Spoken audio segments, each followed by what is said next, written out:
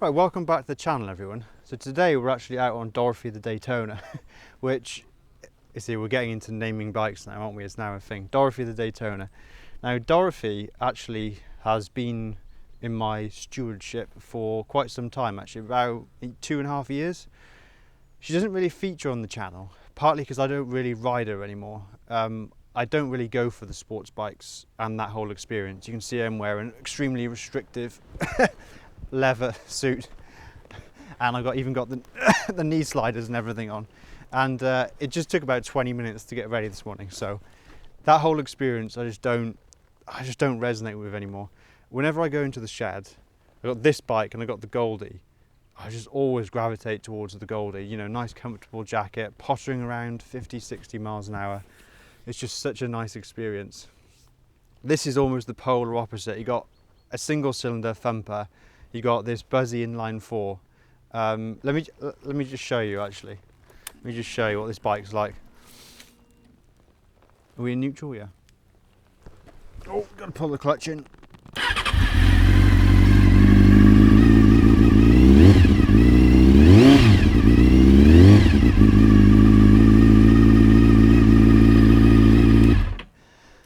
Yeah, totally different experience to the Gold Star, and she wants to be revved all the time.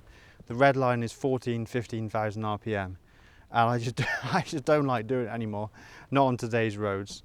And so we've actually come out to take photos of this motorcycle so I can put it up for sale. And yeah, in the spring this bike will probably be gone with any luck, and I'll be back to being a single motorcycle biker, which I'm quite looking forward to. Actually, it's less hassle, less storage, less insurance, less tax. Just want to focus on one motorcycle and just let that be my bike and be happy with it, really. Before we get into the video properly though, I'd just like to say thanks to everyone who commented on the last video about the incident with biker pics. Obviously the whole thing kind of did shake me up a little bit. It's also given me more of a sense of vulnerability than I've had in years. I used to think that bikers were all kind of jolly, friendly lot, you know, nod of the head, stop, have a bit of a joke and a laugh, talk about engines, compare bikes. But it just shows that within every group of people there's kind of good and bad, and perhaps I was in a bit of a false sense of security for a while, that that perhaps everybody out on the road was kind of a nice, kind soul, when there's actually quite aggressive and violent people out in the world. And it's put my guard up a little bit. I've thought about wearing the GoPro camera on the chest mount, not even when I'm recording, just for YouTube, obviously, just when I'm out and about, because you just don't know who you could come across. But when I put the video up, I didn't even go into the full details of what had happened, because I don't want to spread too much negativity out into the universe. Basically, I'm not going to perpetuate what had happened, you know, and bring that negativity to other people. But I put it up, I touched on it, and everybody wrote in the comments, and it just kind of like lifted my spirit a little bit. You know, you guys just might seem like not much to you, but reading the comments, it just kind of just brought me out of the kind of downness that I was feeling about what had happened. So thank you, everybody. I really appreciate everyone who wrote in the comments, and I know I haven't replied to them all.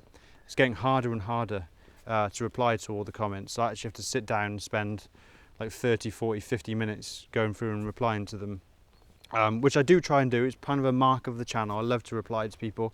It's more the comments. I actually love reading the comments. The comments are the things that kind of like make the channel. If I just made a video and then posted it and there was no interaction, that wouldn't be fun. It's more about the engagement, everyone having their chance to talk and have views and share experiences. That's what makes the stuff as good as it is, the whole experience.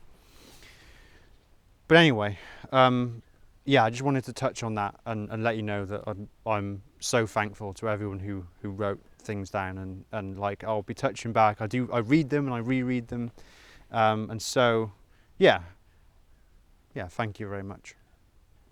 Okay, I'm just going to move the camera.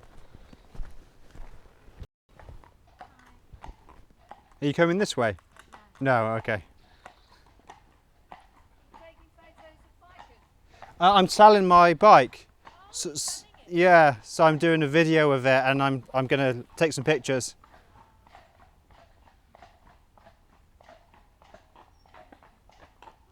Hello.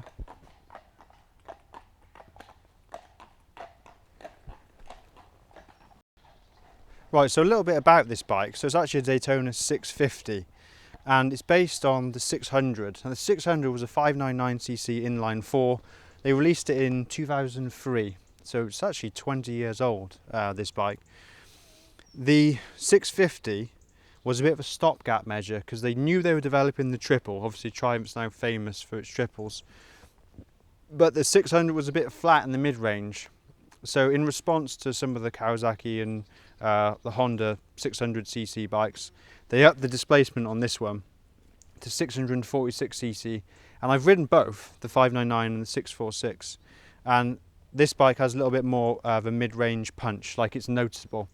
And yeah, so it really is a very good handling, quite punchy early 2000s sports bike. There was once a day that I would pray for you. I'd go and misbehave just so you'd notice too. Sneaking looks up and down from across the room. And damn, what a hell of a view. I feel good, I like you, I can't wait. A first time, a first date. It's so fun, I'm so late. You sip wine, I drink straight. Don't waste time to my place. I feel my heart race. So catch me if I fall.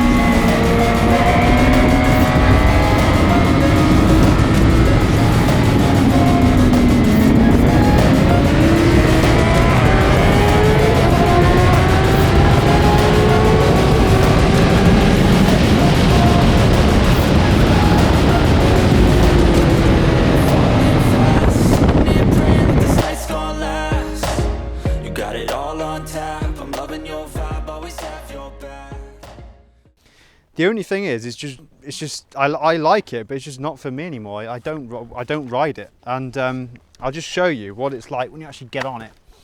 So firstly, you've got to do this, like real, get your leg over, and then I'll keep this foot down. Look, see my knees up there, and if you're really pressing on a bit, you're kind of like tucking down under here.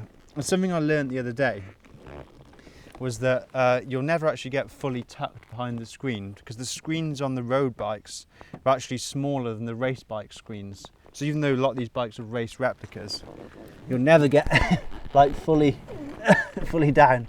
But look what my knee is. And this bike is actually one of the more comfortable of all the sports bikes. But look, let's get off. So add that to the fact it takes 20 minutes to get ready, putting all this kit on.